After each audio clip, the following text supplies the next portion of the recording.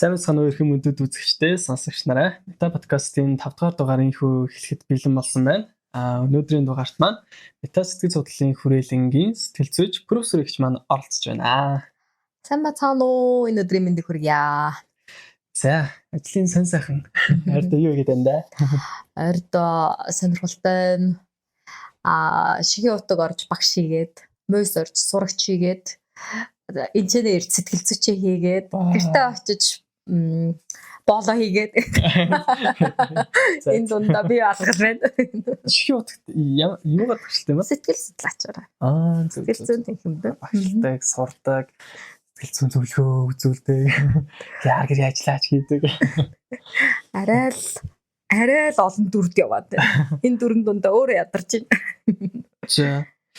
За өнөөдрийн подкастын сэдэв маань болохоор Юнгийн аналитик онол ба шашин гэсэн сэдвээр ерөөдөө ярилцах байгаа. Шашинтай ерөөдөө холбогдох байх гэж ерөөдөө бодож байгаа. Сонирхолтой. Тий. За тэгээд хамгийн ихний асуултаа ингээ.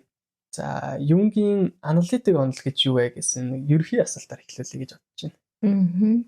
Юнгийн аналитик онол гэж юу вэ? Бусад онолуудаас юугаар ялгаатай юм бэ гэдэг талаар. Юнгийн аналитик онол гэдэг нэг аваад үзэх юм бол бид нар нөө мөсөн уулаар бүхнийг тайлбарлаж болдог. Мөсөн уулыг бүгдээрээ ингээд сэтгэл зүйн нэг давхраг гэд хардаг шүү дээ. За суперэго гэдэг нь ухамсарт байдал, ил ухамсар. Тэгээд эго, тэгээд доор нь ид буюу үл ухамсарлах уу гэж байдаг гэдгээр яригддаг тий. Тэгээ яг мөсөн уулаар нэрээ хүний сэтгэл хөдлөл хүнийг ер нь ингэж дүрсэлсэн байт юм болоо гэдээ аваад үзэх юм бол ус өөрөө нөгөө шингэн төлөвтөж чаддаг, хатуу төлөвтөж чаддаг, хий төлөвтөж чаддаг буюу хүний сэтгэл өөрөө ийм төлөвүүд рүү шилжиж чаддаг. Тэгээ үргэлж ийм хөдөлгөөнд байж чаддаг. Хөдөлгөөнд байх шаардлагатай байдаг зүйл учраас усаар дүрслэгдсэн байдаг юм байна гэж ойлгосон. Тэгээ энэ бэлэгдэл нь өөрөө ус нь өөрөө хүний сэтгэл хөдлөл мөнхийн өөрчлөлтөнд байх болгон хөдөлгөөнд байж иж хөгжиж идэг, өөрчлөлт гаргаж идэг, тунгалаг болж идэг гэдэг зүйл. Одоо жишээ нь бид нар усыг юунд авчраад тавьчих л та одоо тогтоол ус хэр удаан байхаараа өмхирдэг гэдэг үлдээд тий. Тэгвэл хүний сэтгэлч гэсэн хит ийм хөдөлгөөнгүй орчинд хөдөлгөөнгүй нөхцөл байдалд ороод ирэхээр түүний нэгэн адил ийм гутралд орохч гэдэг юм уу сөрөг хэлбэрлүү шилжих магадлал өндөр байдаг гэж үздэг. Тэгвэл аналитик сэтгэл судлал энийг яг яаж үзсэн байгаа юм бэ гэдээ аваад үзэхээр миний хувьд би мөсөн уулаар ер нь бол сэтгэл судлалын бүх онол энд багтцсан байт юм байна да гэж хардаг. Одоо жишээ нь ил харагдаж байгааг бид нар ингээд судалдаг хэсэг онолууд байна тий. Ил ухамсарыг судалдаг. Ил ухамсарлыг судалж байгаа нь үгээр зүгээр судлагтгуун нь анханасаа ажиглагдчих болох хэлбэрээр сэтгэл судлалыг судалж байгаа. Сэтгэл зүйг судалж байгаа хэсэг байна. Тэгвэл харагдаж байгаа зүйлийг ажиглах гэдгээр аваад үзэх юм бол онлоор харах юм бол behavior гэж болж байна. Туршилтын сэтгэл зүй гэж болж байна. Ажиглалт хийгдчихэж байгаа учраас одоо experience сэтгэл зүй гэдэг зүйл гарцсан. Заавал альва зүйлийг та үйлдэл хийж иж behavior-ийн одоо дараагийн нэг шат болж байгаа хгүй. Үйлдэлийг заавал өөрөө experience хийж иж practice болгочоод тэгээд тэрийгээ бол бид нар сэтгэл зүйд өгөгдөж байгаа өөрчлөлтөөр хэмжих гэдгээр бас хардаг тийм зүйл гарцсан байгаа хгүй. Тэгээд тэрийг харах юм бол ингээд ил ухамсараар сэтгэл зүйг судалж байгаа нь энэ хэд онол. Тэгвэл эго гэдэг системийг ингээд аваад үзэх юм бол эго нь өөрөө зохицуулагч гэдэг салбар маань орж ирж байна шүү дээ. Тэгвэл зохицуулагч маань яг ямар үүрэгтэй вэ гэдээ аваад үзэх юм бол бид нар хүнээр ингээд хараад үзэх юм бол за миний махан биеэр гараад байгаа үйлдэлүүдийг ажиглаад хянаад үзээд түүнээр дамжуулж миний сэтгэл зүйг ойлгож байгааг бол одоо behavior гэдэг энэ онлоор явчихж байгаа юм байна. За тэгвэл зохицуулагч бие болон сэтгэл хөдлөлийн дунд зохицуулагч хийгээд байгаа юу гэж үзэх вэ? Тархиар авч үзэж байгаа.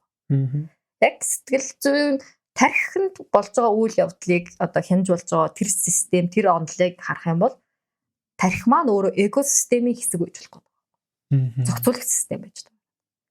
Тэгвэл сэтгэл хөдлөл гэдэг нь болохоор нөгөө ид буюу үл ухамсарлахууд дээр борж ирж байна шүү дээ. Одоо энэ харагддаггүй зүйл болоо явчихна. Энийг тэгвэл бид нар хаана байршд юм бэ гэдэг аваад үзвэл энэ хүний амьд байх явцад хаана л бол хаана байршиж байгаа тэр зүйл үзэгддэггүй, харагддаггүй тэр зүйл. За одоо энийг бол квант физикээр ярих юм бол магадгүй долгион, химнэл, гэрэл, аура юу гэдэг иймэрхүү олон нэршлэлээр нэрлэлцээд тах шиг байна. Энэ өөрөө байхгүй болох үед хүн өгдөг байж таарах гэдэг байгаа байхгүй. Тэнгүүд энийг ингээд аваад үзэх юм бол энэ өөрөө амьсгалтай амар ойролцоо байгаа байхгүй. Хүн амьсгал хураах гэдэг процесс явахад л шууд үхэл бий болдог бол тарих өгсөн ч дахин сэргэх боломж үүсдэг нөхцөл бас байгаа байхгүй. Тэгээ ингээ харахаар энэ онолыг буюу энэ харагддаггүй байгаа тэр үл ухамсарлахыг судлаад байгааг бол анализ хоёр судалдаг онолоороо харчиж болно. За тэгвэл анализ хоёр юугаараа ялгаатай вэ гэдгээр харах юм бол аналитикт нэг юм нэмэгдэн тэр нь хамтын ухамсар буюу бид нар бүгд өөр хоорондоо хамаатай. Шашны хэлээр ярих юм бол энэ дээр нэмээд юу асууж байгаа. Психоаналитик гэж байгаа. Психодинамик гэдэг байгаа. За тэгээд Юнгийн аналитик гэдэг байгаа. Юнгийн аналитик онолыг психоаналитик дотор харьяалуулах уугүй юу, тусдаа юу, ялгаатай юу гэдэг. Психоаналитик нь өөрөө Юнгээс гаралтай. Тий, энэршлийн үед бол. Психоаналитик ч нь өөрөө Юнгийн онол байсан. Яванда энийг бүр Юнг гэдгээр нь тодтогоод аналитик, Юнгийн аналитик гэдгээр явуулсан. Динамик гэдэг нь болохоор шинэ Юнгийн онолын урсгал нь баггүй.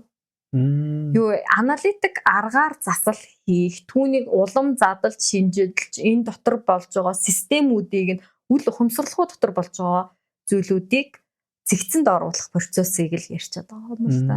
Тэгээ тэр дунд чинь аналитик гэвүүдийн дунд нөгөө аав ээжээсээ ирсэн гений мэдээллийг бас зэгцлэх гэдэг юмч динамик бас орж ирдэг. Тэр нөгөө шинээр эндээс салбарлаад гараад цаашаа яг Юнгийн онол дээр суйрлаа явсан хэлбэр нь бол динамик онол гэдэг юм. Тэгээ анализ гэдэг нь бол ялцчихгүй Фройдын маань гаргаж ирсэн. Яг бүгдийг задлан шинжлэх.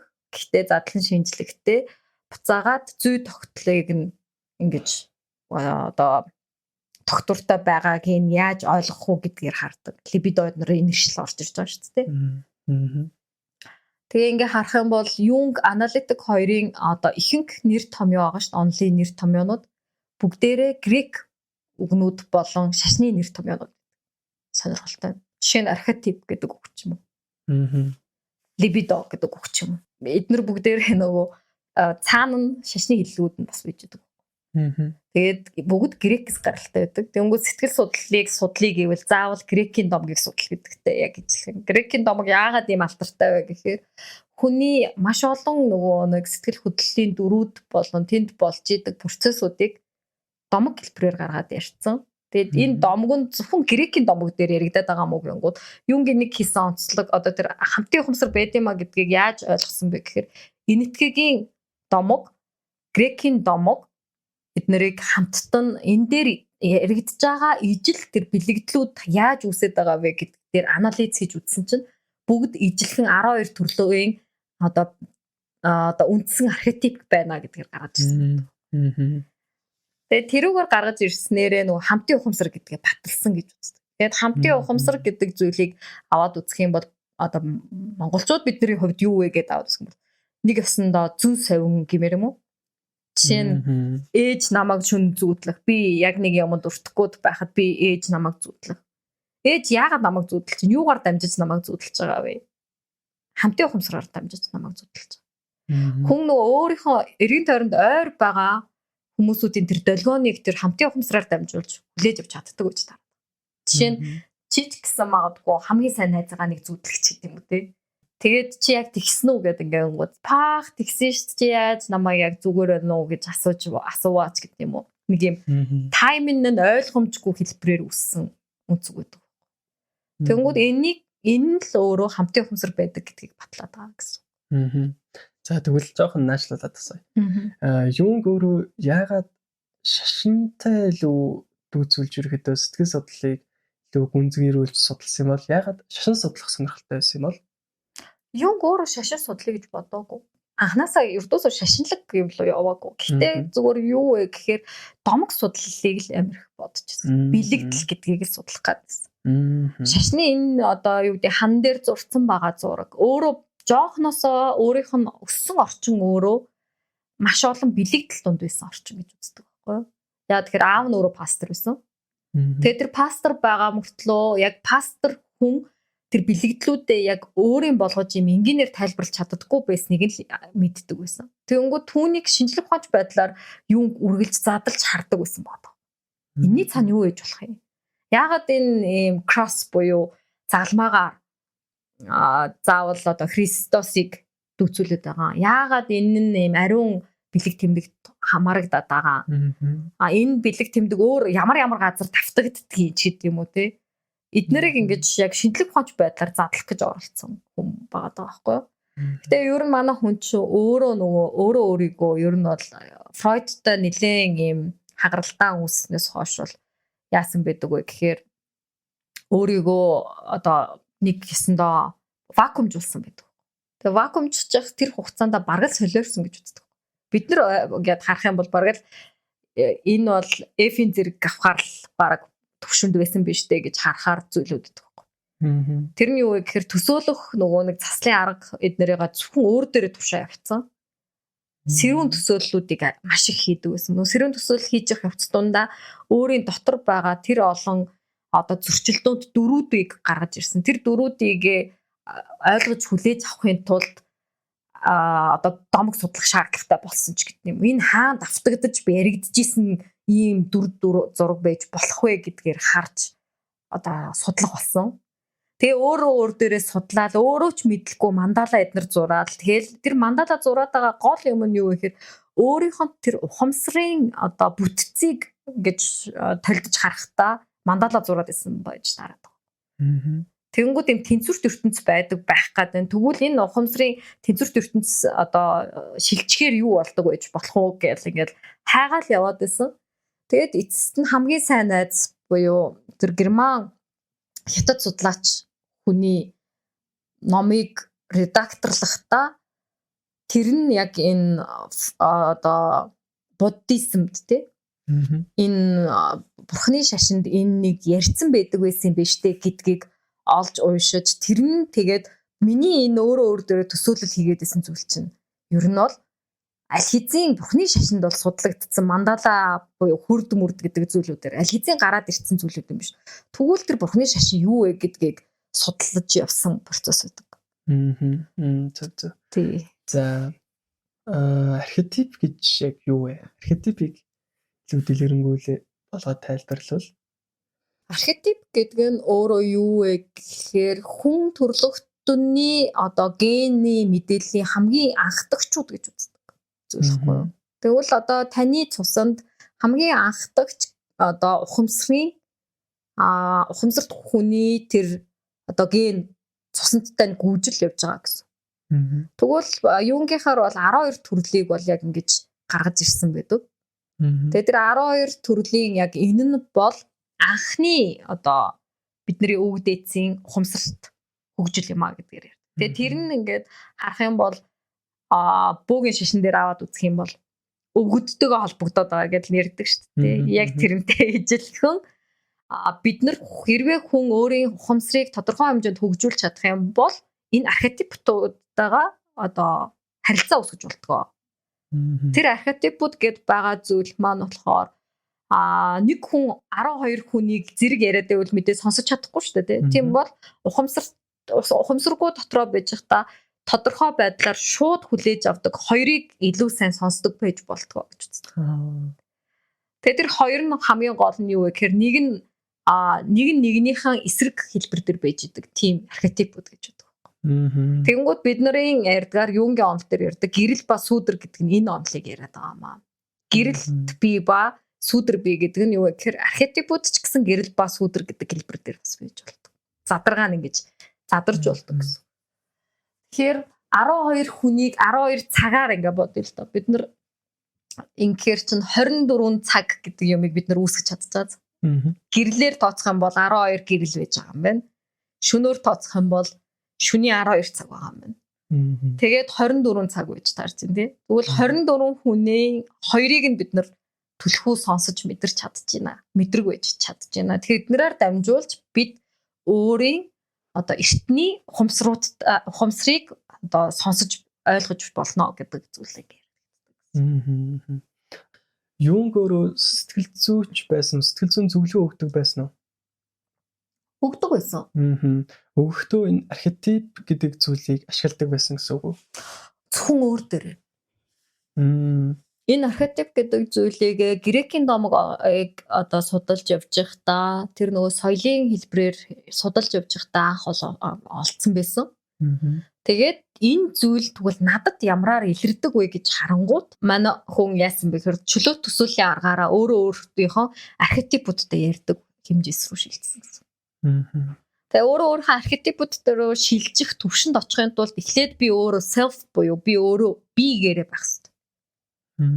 Би гэдэг одоо яг жинхэнэ үндсэн мөн чанар бигээ олох хэрэгтэй гэж үздэг. Мөн чанараа олоогүй хүн архетип руу яасан ч орж чадахгүй. Тэгвэл бигийн өмнөх дахиад нэг давхар байгаа. Тэр нь юу вэ гэхээр сүүдэр хүүг гэдэг юм. За сүүдэр хүнийг тэгвэл дахиад дээшлүүлээд харах юм бол би өөрийнхөө экосистемийг ойлгох уу гэдэг зүйл. За дахиад дээшлүүлээд харах юм бол би өөрийнхөө дөрүүдийг мэдэх үү. Нийгэмдэр гаргаад байгаа дөрүүд маань миний дотор хүнтэй хэрхэн яаж зөрчилдөд би яг нийгэмдэрээ бигээрээ байгаад байгаа мó эсвэл дөрүүдэрээ байгаад байгаа мó гэдэг учир шалтгаануудыг олдог. Тэгэхээр нөгөө Юнгийн хувьд энэ бүх замнал нь дандаа өөрийн аялал байсан гэж үздэг. Тэгээд аялаж явсаар байгаа л одоо архетипууд дээр очисан. Архетипууд дээр очингуудаа их усүр архетипуудыг хүртэл итгэдэг цаана дахиад нэг их усүр штэ гэдгийг олсон. Тэрийгэ бурхан гэдэг. Тэгээд энэ юм биш үү буюу тэгээд ингээ харангууд манай хүн тодорхой хэмжээгээр бясалгал хийгээл яваад исэн байж таарад байгаа. Тэр бясалгалын хэмжээс дунд хамгийн сонирхолтой нь архетипууд нь өөрийг нь хөтөлсөн гэж үздэг. Мэргэн бие гэдэг нэг хүн гаргаж ирсэн. Мэргэн өвгнийг гаргаж ирчээ. Тэр нь ингээ өөрийг нь хөтлөөд тэр ухамсаргүй дотор болдог системүүдийг ингээд одоо задлаад ойлгуулад яваад исэн гэж таард. Тэр бурхан гэдэг нь яг шашны нөгөө христийн шашин, буддын шашны бурханаас арай өөр үү? Ижилхэн баха. Одоо жишээ нь энэ их сонирхолтой давхцал гэдэг байхгүй юу? Далай лам, Юнг, Эйнштейн. Энэ гурваас сэтгүүлч маш сонирхолтой баг төстэй ижилхэн асуулт асуусан байна. Та бурхан байдаг гэж итгэдэг үү гэдэг асуулт асуусан байдаг. Тэгсэн чинь энэ гурвын хариулт нь гуруула их сонир. Юу вэ гэхээр I know God гэж хариулсан. Би бурхныг мэднэ. Би итгэдэггүй биш байгаа. Би итгэдэг гэдэг нь хүртэл багдах хэмжээс байгаа байхгүй. Тэгээ I know God гэж хариулсан. Тэгээ know God гэдэг дээр юу яригдав? Энэ их төвөгтэй асуулт бүр тэр юу нь байдаг? Видеог нь байгаа. Тэр интервью нь байдаг. Тэрийг олоод үзээрэй. Яг тэгэнгүүт Эйнштейн ч яг ингэж хариулсан байгаа. Юнг ч ингэж хариулсан байгаа. Далай лам ч гэж хариулсан. Далай ламын тэр бичлэг нь бүр сонирхолтой шүү дээ. Юу гэхээр маш олон физикч нар ингэ сууж мууцаа ингээд эрдэм шинжилгээнийхээ юмыг ярьж байсан. Та тэгвэл бурхан байдаг гэдгийг яаж батлах юм гэдэг байхгүй. Тэгсэн чинь I know God. Би бурхныг мэднэ. Та нар түүнийг байдаг гэдгийг батлахгаа сууж байгаа нь болохоос биш би батлах гээд байгаа юм биш ээ. Тэгэхээр өөрсдийнхөө аргаар түүнийг батал. Би бол бурхныг мэднэ гэж хэлдэг. Тэгэхээр энэ бурхан байдаг гэдэгт итгэх үү гэдэг асуултанд энэ гурван хүн гурлаа ийм сонирхолтой байдлаар хариулсан нь сонирн байдаг. Тэгэхээр тэр чинь тодорхой хэмжээнд өөрөө experience гэж буюу туршлагыг өөртөө мэдэрсэн хүн л ингэж хариулах болов уу гэж би хараад байгаа байхгүй. Түүнийг байдаг гэдгийг мэднэ гэдэг чинь. Одоогийн энэ сэтгэл зүйн зөвлөгөөнүүдэд Юнгийн аналитик аргыг ашигладаг. Ашиглана. Маш ихээр. Ашиглахдаа энэ архетип гэдэг зүйлийг ашигладаг юм болов юун дээр нь төлхөө Юнгийн аналитик онолыг ашиглаж тийм зөвлөгөө өгд юм бол одоо жишээ нь энэ давхаргууд биш үү те. Энэ хүн өөрийнх нь дүрийг өөрийгөө гэж ойлгоод байгаа мó? Эсвэл дүр дээрээ хид төвлөрсөн байгаа мó гэхээр чи Юнгийн онол өөрөө очиж байгаа зү. Жишээ нь би одоо ээжийн хамгийн хайртай охин нь байхын тулд амьдрцсан юм уу? Эсвэл би өөрөө ийм хүн байх байсан юм а гэдгээ мэдээд ингэж амьдрцсан юм уу? Хоёр чи ялгаатай нөхцөл үүсэж байгаа. Тэгэнгүүт хүмүүс энийг мэдхгүйгээсээ болоод ялангуяа дунд насны хямрал эднэр дээр ирэхээр асар их хямардаг байхгүй. Би дүрээрээ амьдарсан байсан биз дээ. Тэгээ олох нэг хэцүү. Тэгэнгүүтээ за би тэгвэл яах гэдээсээ гэдгээ хайхад хямрал яваад байдаг. Жишээ нь амьдрал нь ямар бүх юм тогтцсон, бүх ажил төрөл нь бүх юм болоод аваад сэтгэл ханамжгүй хоосроод байна гэдэг мэдрэмж. Энэ хоосрол хаанаас гараад байгааг би мэдэхгүй байна гэж орж ирнэ тий. Тэгвэл тэр хоосрлыг чинь гол утга нь юу вэ гэхээр бигээр амьдраагүй гэдэг тохиол. Би бигээр амьдраагүй. Би өөрөө амьдраагүй. Тэгэхээр онол маань энэ чинь ингээ гараа авчиж байгаа. Тэгвэл бидний хийдэг арга нь юу вэ гэхээр тэгвэл биеийг нь олоход яаж туслах вэ? Тэр нь заслын арга. Жишээ нь би яагаад ээжийн охин гэдгээр амьдрахыг сонгоцсон бэ гэдэг эхлэлийн цэг дээр очиж тэнд нь ингэж амьдрах шаардлагагүй гэдэг ойлголтыг төрүүлж засчиж биегээр амьдрахыг сонгох нэг юм орон зай гарч ирнэ гэмээр юм уу? Тэгээд тэр биегээр амьдрах орон зайг үүсгэж биег хайх хүсэл, биег хайх нөхцөл бүрдэж гарч. Энээс өмнө бол биег хайх гэдэг, бие гэдэг юм үзгийг тэр хүнд бол мянга гараад тэр хүн тэрийг ойлгохгүй байхгүй. Ягаад гэвэл өөрийнхөө дүрийг би өөрийгөө байна гэж би итгээд байна гэдгийг мэдээгүй байгаа учраас. Тэр ойлголтыг олон олтол тэрэнд чинь маш олон нөгөө ярилцлага хийтэн, маш олон тийм задаргаанууд, анализууд хийтэн тий. Тэгэхээр энэ онол өөрөө бүх талбар дээр л ашиглагдаж болоод байгаа юм л да. Юнг өөрөө шашин гэдэг зүйлийг юу гэж үздэг байсан бол тэр талаар мэдээлэл өгд юм болов уу?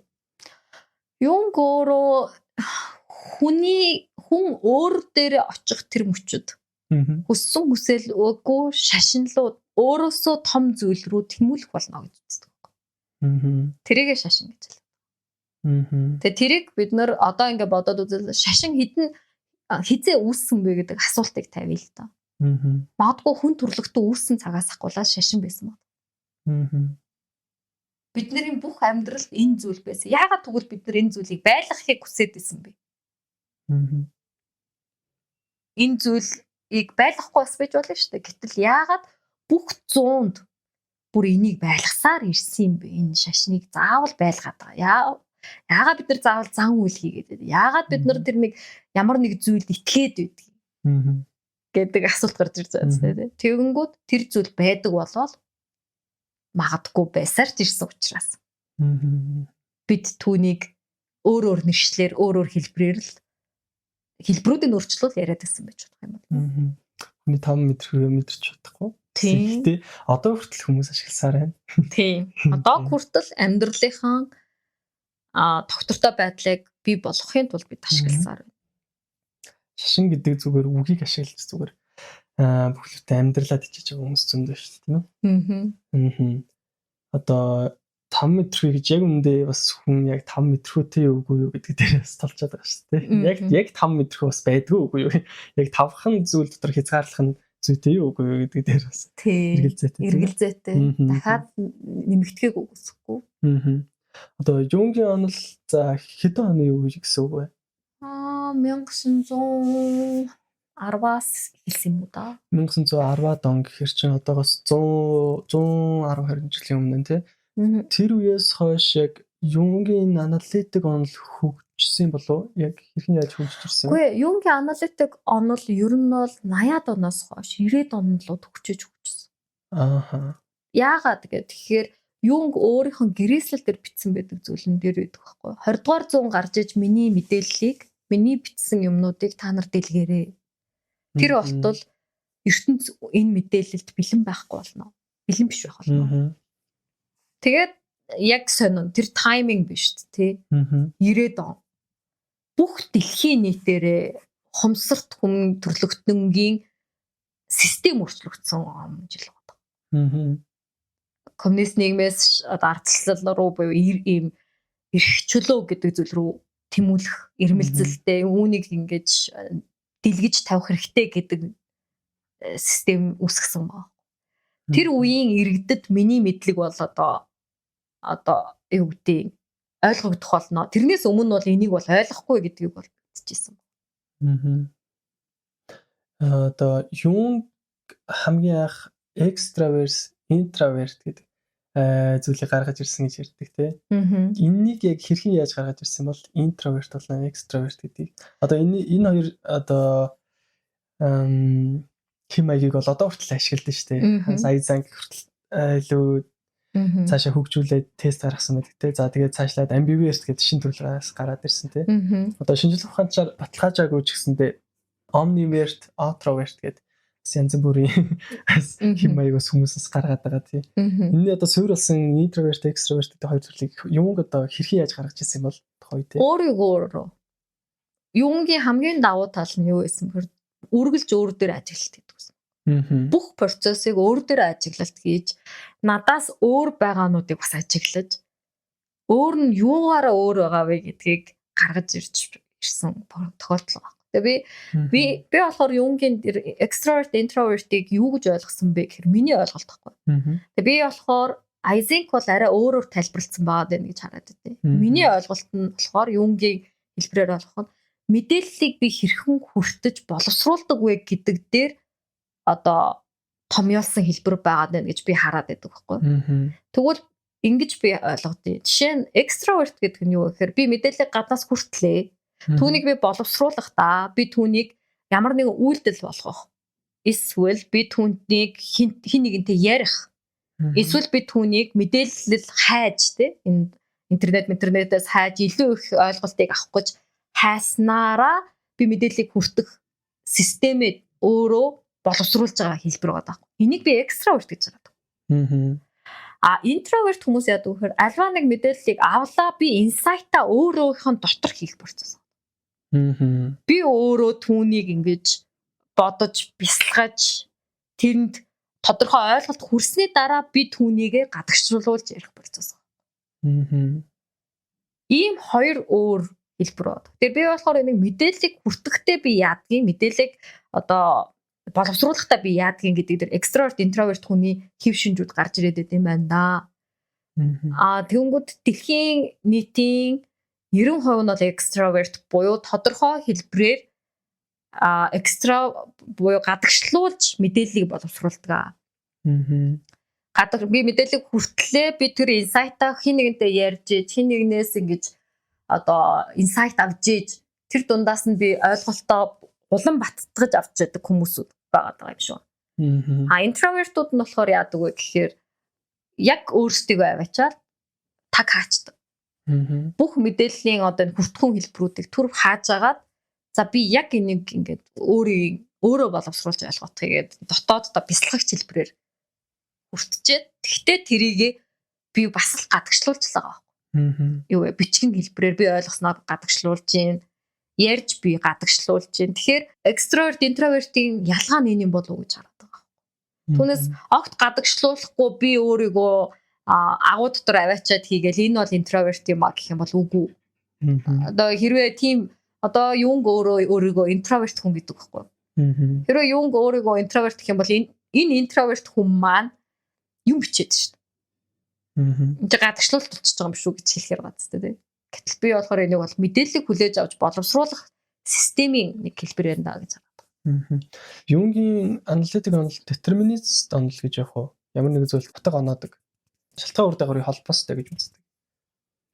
Нэг талаар тэгж бол гэхдээ нөгөө талаар үгүй. Яагаад гэхээр индивидуалыг илүү их ярьдаг. Орчлонд та цорын ганц. Таныг би дахин давтагдана гэж би үзэхгүй гэхээр тэгэхээр чин утга гэд оруулаад ирэх юм бол шалтгаан гэд оруулаад ирэх юм бол таны утгыг би хүлээн зөвшөөрөхгүй бол яах вэ? Тэгэхээр нөгөө одоо Юнгийн нэг сонирхолтой 16 хэв шинжийг насан эцэслэлтэй одоо үүсгэсэн хүн байхгүй. Архетипийн онолыг нь авч очингуудаа хүн тэгвэл ийм 16 хэв шинжэд хамаарагдаж болох юм байна гэд явцсан. Тэгсэн чи би нэг индивидуалыг би нэг индивидуалээр нь л хүлээж авахыг хэлнэ. Би хизээч эднэр нь нэг төрөл болно гэж би яриаггүй. Энд ийм төрөл байдаг гэж байхгүй. Хүн төрлөختний оршихуй бол хамгийн одоо гайхамшигтай тийм зүйл юм а. Энэ оршихуйг битгий өгүүлсгсэн юм гаргаж ирээч гэдгийг бол маш их ярьдаг гэсэн хүн. энэ тарот мэрэг, тарот хөзөр. За тэгээ астрал аялал. За тэгээд энэ сүнслэг байдал, аура. За эдгээртэй Юнгийн онолыг холбож үзэж болох уу? Одоо энэ тарот мэрэг эдрэгээд иймэрхүү постууд ерөөдөө харахаар ингээд Юнгийн онолтой нэлээ холбоод бичсэн байдаг аахгүй юу? Юнгийн онол ер нь бол холбогддог юм болов уу? Хамтын ухамсар гэдгээр. Тэр чинь нэг юм техникээр орж хамтын ухамсараас мэдээлэл авчаад буцаад гарч байгаа л тохиолдол болчиход байгаа. Хэрвээ та хүсэх юм бол хамтын ухамсар руу та өөрөө ч гүйж орж болно. Гол нь та өөрийгөө бэлэн болгох үед гэдэг байхгүй юу? Тэгэнгүүт нөгөө нэгдмэл тэр мэдээллийн саналуудад нэг юм big data руу өөрөө гүйж орж чадах чадвартай болно гэж бодлоо. Тэр нь одоо шашнаар давхиж очих юм уу? Квант физикээр давхиж очих юм уу? Математикаар давхиж очих юм уу? Бүгд боломжтой. Арга нь бол олон. Яаж тийш очих зам нь бол хамаагүй. Хамаагүй. Яг тэгэхээр тэр замууд нь тухайн хүмүүсүүд өөрсдөд нь хамгийн тохирч болох тэр замналаар л очиж байгаа. Одоо Эйнштейн тэгвэл яаж одоо бурхныг байдаг гэдэгт мэдсэн бэ гэхээр мань хүн физикээр нүцээр байгаа л очсон л. Юнг бол сэтгэл судлал болон тэндээсээ цаашлаар байгаа л энэ big data маань энэ юм бэ штэ, их усүр маань энэ юм бэ штэ гэдээ ойлгоцсон. Яг шашин сэтгэл судлаар огтлцсон байх нь штэ, өөрөөр хэлбэл. Өөр юм. За тэгвэл буцаагаад архетип руу уцнаа. За энэ 12 төрлийн архетип байдаг гэсэн тийм. Архетип маань дахиад 13 дахь нь болохоор дахин төрөлдөг юмгүйтэй дахиад шинжлэгддэг хэлбэр байна. Одоо энэ бүх архетип за яг хичээлүүд дээр яг үздэг л хамгийн түгээмэл архетип гэдэг persona shadow гэдэг. За тэгээд ээж юу мэрэгэн үг энэ төр гэдэг яг үздэг л дээ. Тий эднэрийг ер нь хэрхэн яаж тайлбарлах юм бол persona гэж юу вэ? Shadow гэж юу вэ? Persona гэдэг чинь архетип биш. Persona гэдэг чинь өөрөө юу вэ гэхээр одоо бидний мөсөн уулын гадна харагдаж байгаа. Одоо баг гэж орчуулдаг. Бидний одоо нийгэмдэр гаргаж байгаа миний дүр байхгүй. Би энэ дүрийг өөрөө хүсээгүй байж хатал авчдаг. Би төрөөл би хин нэгний охин болж байгаа. Би одоо жишээ нь даваадурж гэдэг овгийг би яагаад авч байгаагаа мэдэхгүйгээр би даваадуржийн охин л болчихж байгаа байхгүй. Тэгээ би ингээ харах юм бол би даваадурж гэдэг хүний охин гэдгээр би өөрөө мэдлэхгүй төрхөөс ахуулаад нэг юм дүртэй. За тэгээд энэ дүрийгээ би явандаа ингээ сургуульд орох ортлол нэг хүний охин гэж би явж байгаа шүү дээ. Тэгэл за их сургуульд орлоо гэж тэнгүүд за одоо пүүжэгээр амьдрнаа гэж ингээл орохгүй л дахиад тэнцэнэ бас нэг дүртэй л сурагч гэдэг дүртэй. Тэгээд байжснаа би дахиад нэг мэрэгжил сонгох хэрэгтэй болно. Нэг мэрэгжлийн дахиад нэг дүр үсэл явна. Тэгээд байжснаа хин нэгний хайрт болно. Тэгжээсээ хин нэгний эхнэр болно. Тэгэл ингээл хүний амьдрал өөрөө дүрээс дүрийн хооронд л яваад байгаа. Тэгээ энэ дүрээс дүрийн хооронд явж байгаа процесс дундаа би гэдэг нь хаана байгаа вэ гэдэг асуулт гарч ирдэг. Би энэ дүрийг авмаар байгаа мó авмааргүй байгаа мó гэнгүүт мэдээж авмаар байгаа болоод тэр сонголтууд хийгдэж байгаа болоод би тэр дүрийг авч байгаа болов. Тэгэхээр дүртэйгээ одоо жишээ self гэдгийг хольж болохгүй гэдэг нь.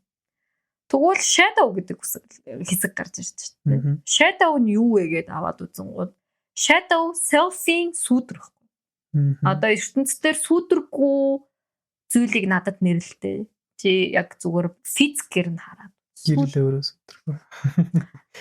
Тэгэд гэрэл өөрөө сүйдрэггүй. Гэхдээ гэрэл өөрөө тусаж гарахдаа бүх юмыг яаж байна. Сүйдэртэй болгодог. Тийм учраас сүйдэр гэдэг зүйлийг өөрөө ч мэдэхгүй. Тийм. Өөрөө гаргаж байгаа гэдгийг ч мэдэхгүй. Тэрнтэй ижилхэн миний одоо миний сүйдэр дотооддоо бас байхаар. Тэгээд тэр сүйдэр маань бас нэг дөрвийг үүсгэж явж байна. Тэнгүүд би дотроо нэг чөтгөр бурхан хоёр миний мөрөн дээр байгаад байна гэж яриад байдаг шүү дээ. Энэ чинь л тэр сүйдэр ба гэрэл гэдэг хоёр гэж байгаа. Энэ хоёр байнга зөрчилдөнд хин нь эхлэнэ хин нь эхлэнэ гэж хэлсэн шүү дээ. Тэгэхээр чин толгоон дотор чинь нэг хоёр хүн хоорондоо хэрэлдээл бид нар тэрийг яаж ялгах вэ гэхгүй. Ялгах гол одоо зарчим нь юу вэ гэдэг ингэнгүүт гэрэл өөрийгөө батлах гэж яардаггүй, сүйдэр өөрийгөө батлах гэж яардаг. Гэрэл за чи тэгвэл тэгээл тэгж ботсон л юм байгаа. Заахан гэл дуусгачих. Харин баталгаа тэнцээ нотлогоо гаргаж ирээд шалтгаан холбоос яриад эн чинь ийм байхгүй гэж зүй тогтол яриад байгаа бол энэ бол сүдэр. Нэг өрн л ялгчдаг. Тэгэхээр нөгөө танд хэр их өөрийгөө батлах гэж ярьж тэр чинь таны сүдэр бах магадлалтай шүү гэж. Тэгэхээр хүний өөрийн дотоод дуу хоолойн дотор чинь нийт 4-5 дуу хоолой гэж. Энэ 4-5 дуу хоолойныхоо учрыг бид нэр холохын тулд яах ёстой вэ? Ялгаж таних хэрэгтэй болж байна тийм. Нэг оноох хэрэгтэй болоод байна шүү. Тэгж явсаар агаад бид нар хамгийн сүүлд өөр дээр л очдог. Тэр бие болохоор намайг яг төрөх буюу төрөхөөс ч өмнө үүссэн бие байж байгаа. Ам оруулагч гэж хэлэхэр юм уу? Зүрхний цохилт оруулагч маань байгаа. Тэгээд тэр чинь нөгөө өөрийгөө батлна гэдэг ямар ч бодлогоогүйгээр явж байгаа шүү дээ. Угаасаа I'm exist гэдгээр л орцсон. Учираас баталгаа нотлохоо ердөөсөө ярьдаггүй хэсэг маань бий байдаг. Өөр ямар архетипүүд байт юм бол энэ архетипүүд талаар. За окей, энэ бол архетип биш. Энэ бол биеийн бүрдлийн хэсгийг л биесээ ярьж байгаа. Энэ бол биеийн бүрдэл гэхгүй. Тэр нөгөө энийг бид нар ялгах хэрэгтэй. Энэ архетип биш юм аа. Архетип гэдэг дээр одоо жишээ нь мэрэгэн өвгөн гэж байгаа. Мэрэгэн нэг баатар гэж би. Ээж гэж би, халамжлагч гэж би. Бүтээгч гэж би. Хошин шогч гэж би. Дээрэс нь нөгөө юу гэж би. Одоо хүүхдийн дүр гэж би. Гинэн цагаан цайлганаараа тий. Эднэр чинь ард дахиад одоо яг эсрэг эмэгтэй дүрүүд нь ч юм уу эсрэг бүх дүрүүд нь байж байгаа. Тэгээ энэ бүх дүрүүд чинь ингээд яадаг вэ гэхээр энэ би яагаад хүний өмнө баатар болохыг хүсэж байгаа вэ гэдэг асуулт гарч ирэл л да. Бид нарт хүн болгонд тэр хүсэл гэдэг. Энэ хаанаас гарч ирсэн юм? Хүн болгонд энэ 12 архетип байгаа. 12 болоо. Зүгээр ямар нөхцөл аль нь хөдлөд байгаа вэ? Аль нь яг цагийн зүв шиг яг тэр үе дээр зогссон байгаа вэ? Тэндээс хамаарч миний архетип надад гарч ирэх байхгүй. Түүнээс энэ архетипууд ганцхан надад би хоёрыг нь амар дураараа сонгол би энэ хоёрыг нь лавна гэдэг юм байхгүй. Тухайн моментод тухайн үед би алийн дээр нь тохиргоогоо тавиад архетипаараа гаргаж байгаа вэ? Энэ л өнцөг гарч байна. Би хүний хэв шинжүүдээс бол шал өөр юм байна шүү дээ. Би хүний хэв шинжүүд бол статик байдаг шүү дээ. Нэг хөдөлтгөө. Ерөнхийдөө нэг иймэрхүү хэмжээнд байна. За яг 16 хэв шинж нөгөө 5 big 5 гэдэг ерөнхийдөө хэмжээсүүд нь иймэрхүү байна. За тэгээд энэ бол яг статик. Эндээс хязгаарч хөдөлгөөр тийм гэж үздэг тийм. Хэсэг хугацааны дараа дахиад тэр тестийг авсан ч гэсэн яг л хിവэрэ байж байгаа хэвээр тийм. Тэгжиж найдварт болон баталгаат чанар нь хангагддаг тийм. За тэгсэн архетип дээр болоод ирсэн чинь яг тухайн моменттэй гэж үздэг юм байна тий. Тухайн цаг үеийн таймингтай байждаг зүйл. Мэргэн өвгөн гэдэг архетип тань тийм хэмжээнд байна гэж үзэхгүй. Тухайн момент бүр дээрээ одоо өөрчлөлт байх нь шүү дээ. Тэгэхээр ингээ харах юм бол нөгөө одоо ингээ харъя л да чи 5 настай байсан чи 6 настай чи ижилхэн зан характертай юм уу? Чи тэрийг хамгийн сайн мэдэх. Ижилхэн юм уу? Үгүй шал өөр шүү. За чиний өсвөр нас одоо гэхдээ яг ижилхэн юм уу? Шал өөр. За тэгэхээр чиний персонод чинь яасан баг? Өөрчлөгдсөн байна шүү дээ. Цаг үе болгонд өөрчлөлтөнд орсон болоод тэгэхээр одоо энийг яах найдвартгүй чанар гэх юм уу? Чи өөрөө найдваргүй болох гэдэг шүү дээ. Яг тэгэхээр чи өөрчлөгдөх ёсгүй байхгүй өгнө. Гэсэн чинь яг бодит байдал дээр чи цаг момент болгонд өөрчлөгдөж байгаа. Яагаад? Чиний амьдралд болж байгаа тохиолдож байгаа үйл нөхцөл болгон өөрчлөлтөнд орж яхад чи ганцаараа өөрчлөгдөхгүй байна гэх боломж байгаа юм. Чи тэрийг хүртэж байгаа юм шүү дээ. Чи тэр хүртэж байгаа хэлбэр дээр хөгжил үүсгэн шүү дээ. Хөгжил үүснээр чи давхар юу хийх вэ гэдгийг харах хэрэгтэй болж байгаа. Тэгэхээр хүн хизээч нэг юм хэмжээсэнд байхгүй. Яагаад? ертөнц өөрөө зогсохгүй. Чи тэр энд сууж ин дээ. Гэтэ бит хоёр сууж байгаа ч гэсэн нэг дойлыг зогсоож чадж байгаа юм. Боломжгүй чадахгүй. Боломжгүй. Нэг энэ тэнхлэг эргэлтийг зогсоож байгаа юм. Нэг нараа бит хоёр тойрхоо болж байгаа юм уу? Үгүй аа зү. Тэгээд огт хөдөлгөөнгүй юм гэж байхгүй хахад яагаад бид нар хөдлөхгүй гэж байна. ертөнцийн дээр бүх зүйл хөдөлгөөнд байна. Тэр ч байтугай бидний persona та. Гол хөдөлдөггүй хүчин зүйл юу вэ гэх юм бол self гэдэг зүйл маань. Self гэдэг зүйл маань юу вэ гэхээр намайг тэтгэгч гэдэг зүйл. тэр тэтгэж байгаа л болохоос ш хэлбэрээ өөрчлөхгүй гэсэн үг шүү. Тэр хэлбэрээ өөрчилж болно. Маргааш гурвалжин болж болно, нөгөөдөр дөрвөлжин болж болно гэдэг ч юм уу, иймэрхүү. Гэхдээ тэр өөрчлөлт болгондоо юу вэ гэхээр би биш болсон гэсэн үг шүү. Тэрэн дотор би агуулгадсаар л яваа. Тэр тэгээд юм хөдлөшгүй, баригдашгүй тийм нэгэн зүйл. Юнг нөгөө хүн өөрийн дотоод биегээ таних тэр хөгжүүлэх процессыг individuation гэж үздэг лөө. Тийм. Тэгээд санаад. Энэ гэхдээ яагаад чухал гэж үзсэн юм бол өөрийн биегээ таних хөгжүүлэх процесс нь бид дахин төрдөг гэж үздэг. Юнгийн онлоор бол юу ярьдаг вэ гэхээр бид нийт энэ ертөнцийн амьдрахдаа хоёр төрлийн амьдралыг даван туулдаг юм аа. Нэг нь бусдад зориулсан амьдралыг би даван туулдаг. Тэр нь 0-40 нас хүртэл. Бусдад би зориулж өөрийгөө бүтээсэн замнал юм аа. Үлдсэн 40 жилийгээ би өөрийгөө бүтээх гэж нөгөө өмнө нь бүтээсэн, бусдад бүтээж исэн бигээ нураангаа өөрийгөө бүтээж амьдрдаг юм аа гэдэг зүйл байна. Тэгээ энэ хоёр хөгжил хуйлал хүн төрлөختөн бүгд даван туулж гардаг. Өөрийнх нь хамгийн том хямрал нь ч гэсэн яг л энэ цаг үед байсан. Тэгээд одоо жишээнд би амар мундаг юм профессор болох ёстой гэл ингээл маш олон пейпер бичээл, маш олон зүйл дээр анализ хийгээл, маш олон юм заавал нэг юм эрдэм шинжилгээний юм хийх ёстой гэсээр байгаа маш олон юм л хийсэн. Тэгээл профессор болсон. Тэгсэн ч хоосон мэдрээд байсан гэж. Тэгсэн ч би хоосон. Би хүүхдүүдтэй болсон, би их нэртэй болсон. Тэгсэн ч би хоосон мэдрээд. Юуны хан бол гэдгээ ойлгоо. Тэгээд селфо хаах аялал нь тэндээс гисэн. Тэгэл өдрийн хитэн цагаар өөрийгөө өрөөндөө түгжиж тэр дотроо өөртөөгөө ярилцаж, заримдаа уйлж, заримдаа инээж, заримдаа айж гэл ингээд бүх мэдрэхүүнүүдтэйгээ тэнд ингэж одоо юу гэдэг ажилласан байна. Тэгж явахдаа л одоо мэрэгэн өвгөнийг гаргаж ирнэ. Тэр дундаа бас юм гэрэлтүүлэгч юм юу гарч ирсэн, одоо эмхтэй гарч ирсэн. Тэгээд архетипууд өөрсдөө яг тэнцвэрээ хадгалахын тулд дор хаяж хоёр нь эсрэг тесрэг байх хэрэгтэй болдгоо. Гэхдээ бүр төгс хэлбэрийг үүсгэхийн тулд яах вэ гэхээр ийм нөө юуг үүсгэх хэрэгтэй. Дөрвөн хэмжээсийг үүсгэх хэрэгтэй гэж үздэг. Тэгээд дөрвөн биеийн онол гэдгээрээ бас алдартай манай үнэ.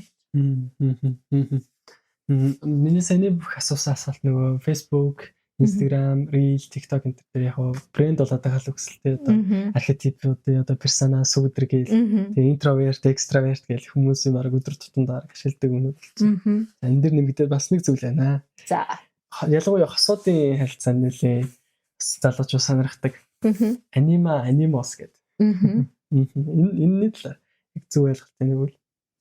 Animos гэдэг үнгүүд угаасаа бидний бие физиологч нь өөрөө аавын цагаан тусал ээжийн улаан туслаас үссэн гэж ярьдаг шүү дээ. Тэнгүүд би өөрөө эмэгтэй болон эрэгтэй чанарыг өөрөө агуулгач байдаг. Хэрвээ энэ хоёр одоо хамт байгаагүй бол үүсгүй. Би үүсгүй. Би ганцхан өндгөн эсээс үүсгүй.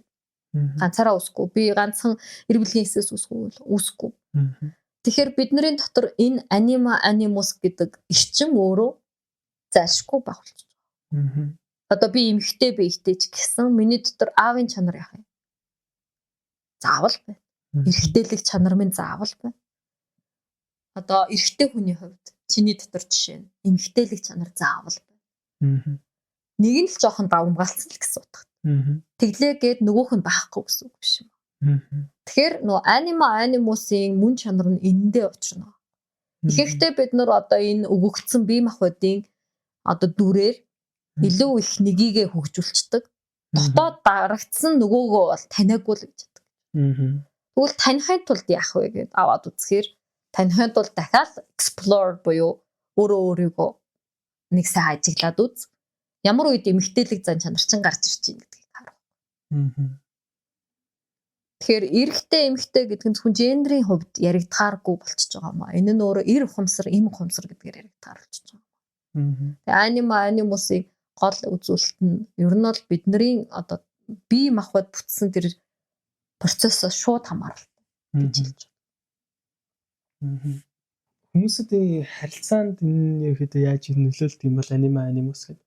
Одоо би яг ийм зүйл сонсчихсан л та. Хүн ингээ анхны харцаар дурлна гэж байдаг да. Тэрийг анимустаас холбосон байдаг юм байлээ. Тийм мэдээлэл харж ирсэн.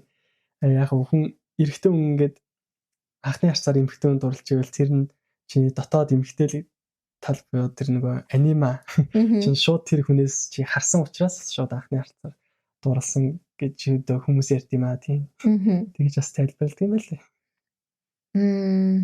Яг уу энэ анимусын хөгжлийг аваад үзэх юм бол бид нар өөрсдөө ч мэдлгүй автагаа ижилхэн хүн дурлна. Ээжтэйгээ төстэй хүн дурлна. Хамгийн тэгмээргүй байсан ч гэсэн баггүй. Яагаад гэхээр тэр чинь миний анхны хайр учраас гэж хэлж болно тий. Тэгвэл би яагаад анимус руугаа татагдах вэ гэд бодъё л да тий. Би өөрийгөө бүрэн ойлгохын тулд. Одоо би өөрийгөө бодит байдал дээр хагас мэдрээд байгаа. Би ганцхан эмэгтэй хэлбрээрээ өөрийгөө мэдрэж байгаа учраас би эрэгтэйгээ танин мэдхийн тулд би хинд дурлах уу? Өөрийнхөө дотоод эр ухамсартай дүүцэж болох тэр нэгэнтэй очиж дурлалцах байхгүй юу? Тэгжиж би өөрийгөө анимус гэдэг хэлбэрээгээ бүрэн ингэж одоо танин мэдэх явц явагдана гэж хэлэх юм уу? Зигмунд Фройд хамгийн анх нөгөө зүудний тайлал ном гаргахад зүудний тайлал гэдэг номоор ерөөхдөө хамгийн анх ерөөхдөө холбогдчихсэн гэж үздэг те. Номыг уншиж байгаа. Тэгээд ерөөхдөө хамгийн анх холбогдсон гэж ярьдаг. Юнгийн өөрийн хамгийн анх сонирхож байсан тэр яг арга техник нь юу байсан бол зүудний тайлал байсан уу? Одоо энэ хоёр чинь багш шавийн асар том одоо юутай барилдлагатай хүмүүс шүү дээ тийм. Энэ хоёрын хамгийн нөгөө нэг татчихсан зүйл нь юу гэхээр аль нь задлан шинжилгээ хийж чадчихсан баг. Хүний сэтгц болон тэр нөгөө ухамсаргууд болоод байгаа үйл явц байгаа шүү дээ. Тэр юу ээж болох вэ гэдэгт хариулах common sense нь тэрээс. Учир шалтгааныг хай. Хоёлаа энийг ойлгоё. Зүү дээр нэг нь ярий. Нөгөө хүн зүгээр яг юм ухамсаргүйгээр нь яриа. Тэр энэ ухамсаргүй дотор юу ээж болох вэ гэдэг ингээд бүтцийн тодорхой болгочих гол үзэж байгаа хоёр хүн байна. Тэгээ бүтцийн тодорхой болгох гол явангууд мэдээ тэр чинь нэг ижил одоо хүн төрлөختөн чийч ижилхэн би ч ижилхэн бүтцтэй л байгаа шүү дээ. Нэг над хоёр зүрхтэй хүн байна уу гэх юм бол байхгүй л байгаа зү.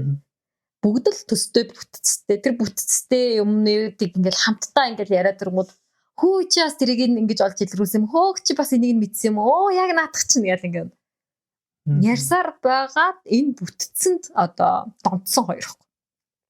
Ухамсаргууд донтсон хоёр. Тэнгуудаа нөгөө либидо гэдэг нь тэгвэл юу ээж болох уу гэл тэнгууд одоо эндээс нөгөө нэг өөрсдийнх нь харах өнцгүүд нь салж эхэлж байгаа. Манай Фройд яасан бах нь. Энэ бол сексийн балмад гэж хэлээл те. Аратналаг чанар юм аа либидогоо тайлбарлангууд юм бүхнийг либидотой холбож байгаа. Тэнгуудаа л нөгөө бүх юм сексээс үүссэн. Хүн өөрөө баараг сексээс үүссэн болохоор гэл ингээл ярьдэн шүү дээ. Тэгвэл сексээс үүссэн ч гэсэн наа чи нэг өөр юм бас байгаад идэв юм аа. Нэг утга учир биш шүү дээ. Чи яад энийг бас харахгүй байгаа юм бэ гэл Юнгийн хэсэг нь гарч ирж байгаа. Тэнгууд Юнгийн тэр хэсэг нь өөрийг нь тэр нэг одоо өөр нэг юм бас хүнийг хүн болгоход юм үзүүлээд байна шүү дээ. Тэгвэл тэр хүн болгоодаа сексээс үүссэн ч гэсэн тэр нэг юм одоо мотивыг үүсгээд байгаа. Тэр нэг хөдөлгөгч хүч нь хаана их усэр нээж болох юм гэл ингээд асуусан байж таарад байгаа. Тэгжиж хамтын ухамсар олж байгаа. Big data тэнд байсан биш дээ. Тэгэхээр чи хүн төрөлхтөр big data-гаас ирдэг байх гэдэг шүү дээ гэдэг юм.